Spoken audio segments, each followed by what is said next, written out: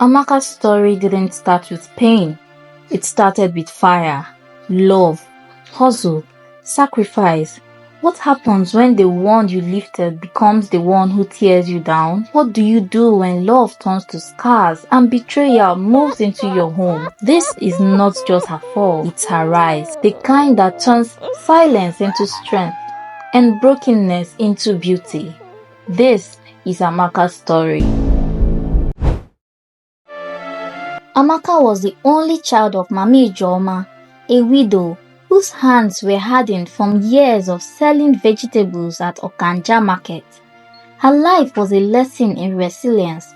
Rain or shine, she would show up at her store, her wrapper tightly bound, her energy unwavering, all to ensure that her daughter had a better future. They weren't rich, but they were comfortable. When Amaka gained admission to study business administration at the university, Mami Ijoma danced in the rain that evening, her joy louder than thunder.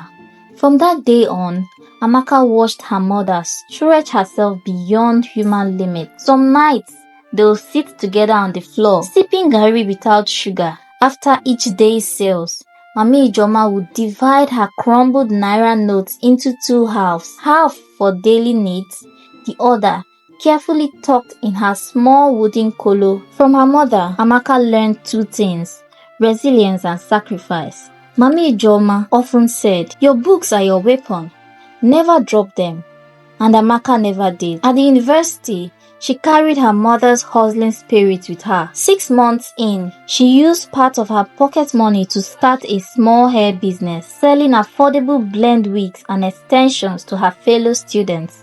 Her tiny hostel room transformed into a hustling boutique. Girls would troop in to admire and buy. And even as she managed academics, business, and sent money home, Amaka never wavered.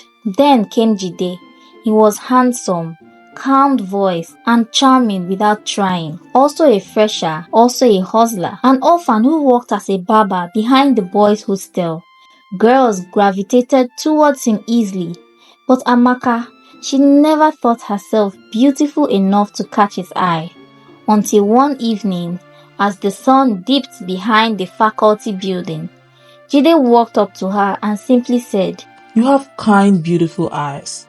That was the beginning. He started visiting her hostel, sometimes to borrow clippers, sometimes to talk, other times to just sit in silence. When his business began to struggle, when he couldn't afford handouts or proper meals, Amaka noticed, and slowly she began to help. She told herself it was nothing, but it was love. Jide always thanked her. "One day, I'll repay you. You will never stress again," he said. And she believed him, even when rumors swirled, texts from other girls, sneaky moves behind her back. She forgave him. Her friends warned her. She only smiled. Jide is just confused. Don't worry, he will come around. By third year, their shared dream came alive. Jika Hair Salon, a small unisex salon on campus. Amaka handled the wigs and female clients. Jide took care of the guys. Business bloomed. Students trooped in. They saved diligently in a joint account. They graduated with a name, a brand, a small empire. After NYSC,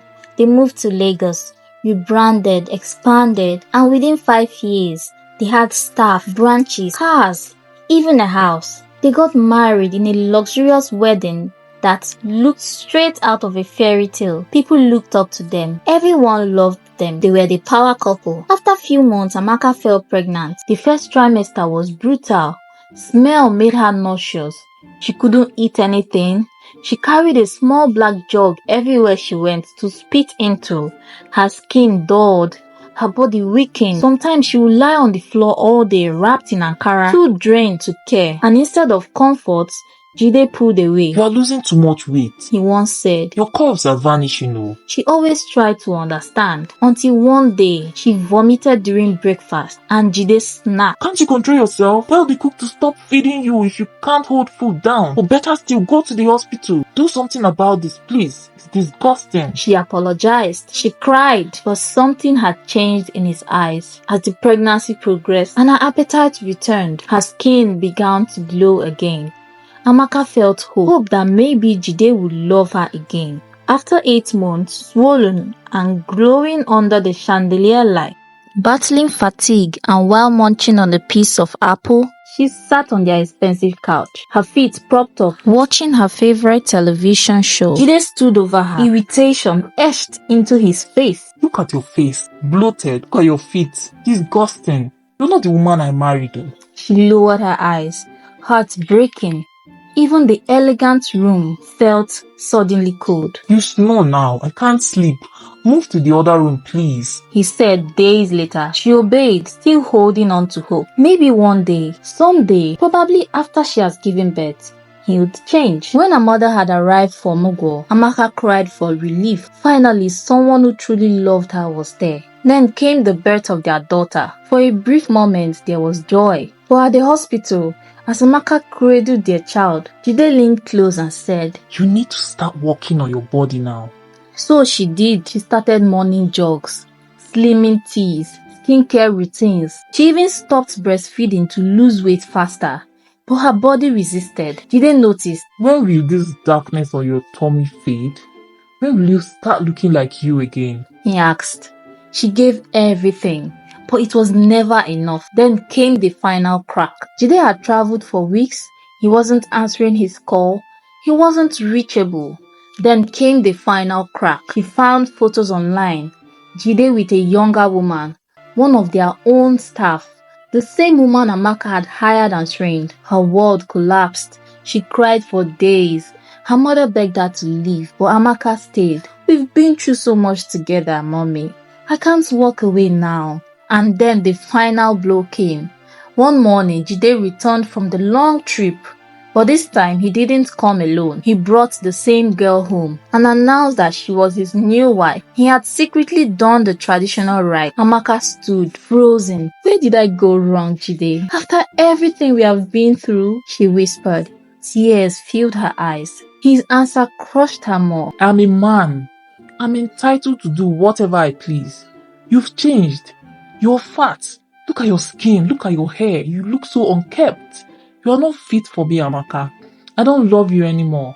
She'll be managing the business from now, and she's the woman I love now. Before she could speak, Jide dragged her boxes out and flung them outside like trash, heart pounding, her baby in her arms. Amaka stood in the rubble of a life she had built from scratch. She called Franca, her old classmate, without hesitation. Franca took her in. It took time, months of silence, moments of doubt. She questioned everything. Where had she gone wrong? What had she said or done to deserve this? She had built everything with Jide from the ground up. For 10 years, she remained faithful, never once straying. Even when Jide cheated repeatedly, she forgave him each time, clinging to the hope that he would change. Amaka turned down countless suitors, men who were ready to offer her the love and stability she longed for. But she had eyes only for Jide. She loved him. She cared for him. She gave everything he asked for. During a pregnancy, she went out of her way to understand him, to justify his moods, to excuse his coldness. She trusted him to manage their joint account, trusted him with the businesses they built together. But in the end, this was how he repaid her. Not just betrayal, but betrayal with her very own staff. He didn't just sleep with the girl, he made her manager. Amaka felt crushed. How could she have been so blind, so trusting, so foolish? The pain wasn't just in the betrayal. It was in the realization that she gave everything and still it wasn't enough. Nights of tears, but eventually Amaka healed. Piece by piece, 2 years passed. She rebuilt her world. Her skin glowed once more. Not from lotions, but from peace. With her savings and with time, Amaka opened a new salon. She loved her daughter harder. Amaka laughed again. Her business flourished. She hosted her friends, cooked meals with joy, and smiled at the sunrise without the weight of heartbreak. Her daughter smiled more, her business flourished, her heart healed. And when it finally settled in her heart, Amaka realized something important. She was ready to love again. Not because she'd forgotten the pain, not because someone came and convinced her, but because it was in her nature. One man's betrayal would not poison her spirit. Jide would not have the power to make her bitter, cold, or closed off. Love was who she was, and she refused to let one heartbreak redefine her. But this time, she was older, wiser. Jide had taught her, painfully, to protect her peace. She still believed in love, but now she believed in herself even more. And one evening, as she returned home from work, she noticed a man seated at her doorstep. She froze. It was Jide. He looked nothing like the man she once knew. His face was sunken, his clothes worn out, his eyes hollow. He looked poor, broken, weary. She stood there for a moment, unsure if it was truly him. A strange wave of sadness passed through her, not because she missed him, but because of what he had become. He spoke slowly. Amaka, She didn't speak, she just stared. I regret everything. He began. The way I treated you, the things that I said, the pain I caused. I was blind. I let pride and foolishness ruin the only good thing in my life. Please take me back. Amaka stared at him, a calmness in her eyes that masked years of pain. She realized that the Amaka from 5 years ago would have forgiven him. No questions asked, no apologies needed. Back then, her world revolved around him, but now she felt nothing, not even pity. Jide, 10 years. You were the only man I knew. I never so much as looked at another. I trusted you, she said, her voice steady but laced with hurt. I forgave you so many times. Every time you cheated, I made excuses. I kept trying. We built something beautiful, or so I thought. But when I needed you the most, you vanished. Her eyes didn't waver as she spoke. You betrayed me, Jide. You betrayed our love, if it ever meant anything to you at all. And now you want what? A second chance? You cannot do this to me, Amaka. She took everything.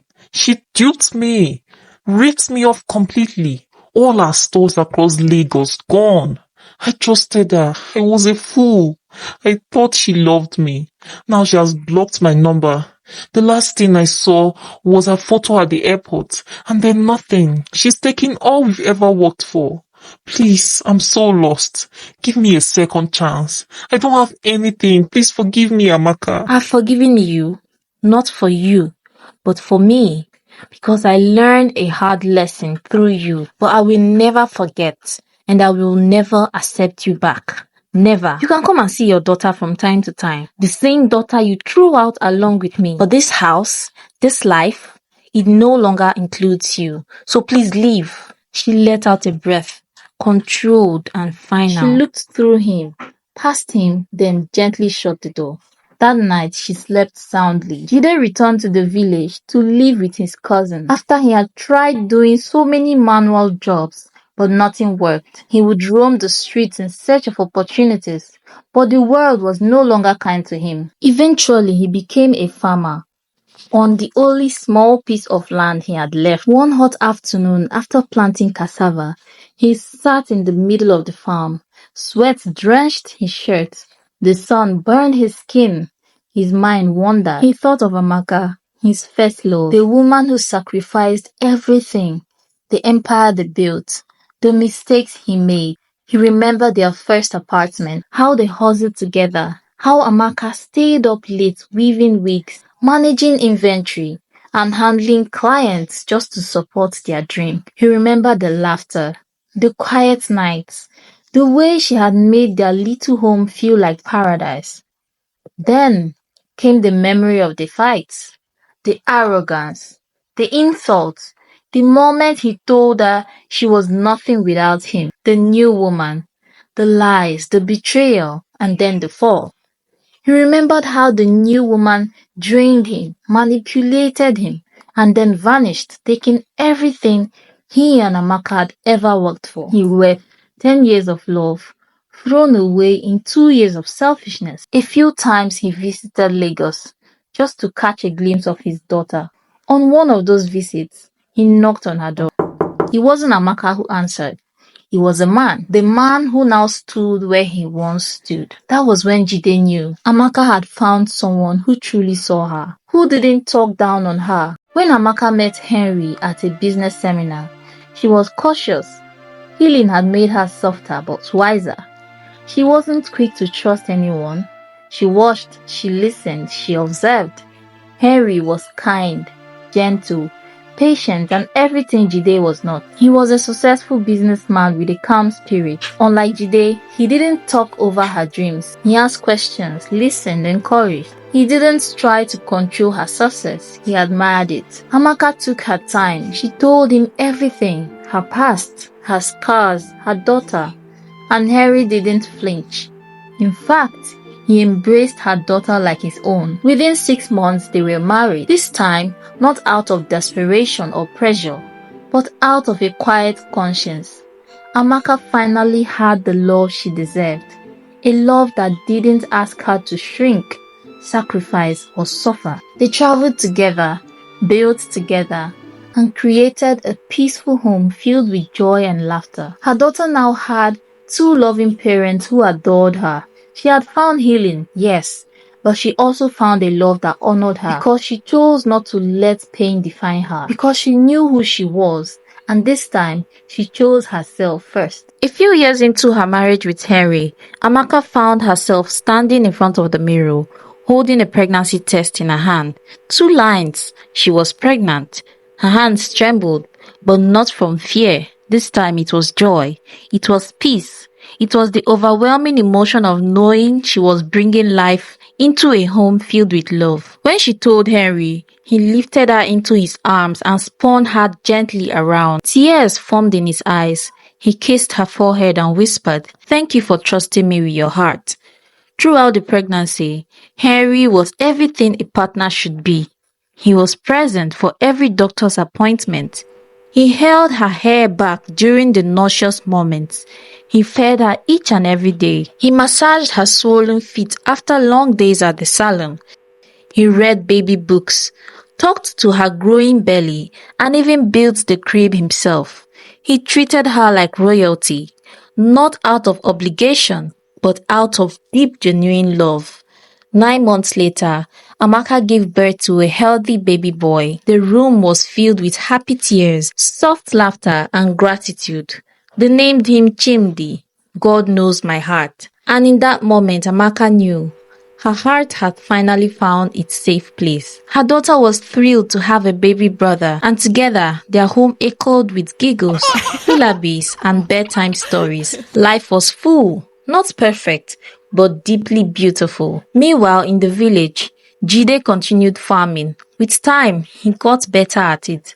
He even made a small profit selling produce at the local market. People began to respect him not for wealth, but for his work ethics. Yet, despite the progress, one thing never left him: the memory and regret of Amaka. He would often sit beneath the mango tree at the edge of his farm, wiping sweat from his brow, thinking about the life he threw away. He would smile sadly when he remembered her laughter, and he would sigh deeply when he imagined what could have been. But Jide had learned his lesson. He knew now that loyalty is not a license to belittle, and that sometimes when you lose a good woman, you lose everything. Amaka's journey teaches us that healing takes time, but it's always possible. That self-worth should never be tied to someone else's validation. That love is beautiful, but it should never cost you your peace. She learned to listen to red flags, to trust her instincts, and to protect her heart. Jide's fall reminds us that pride can destroy everything, and when loyalty is taken for granted, regret follows. We learn that real love doesn't demand suffering, and that second chances in life often come after we choose ourselves first. She reminded us that red flags aren't decorations.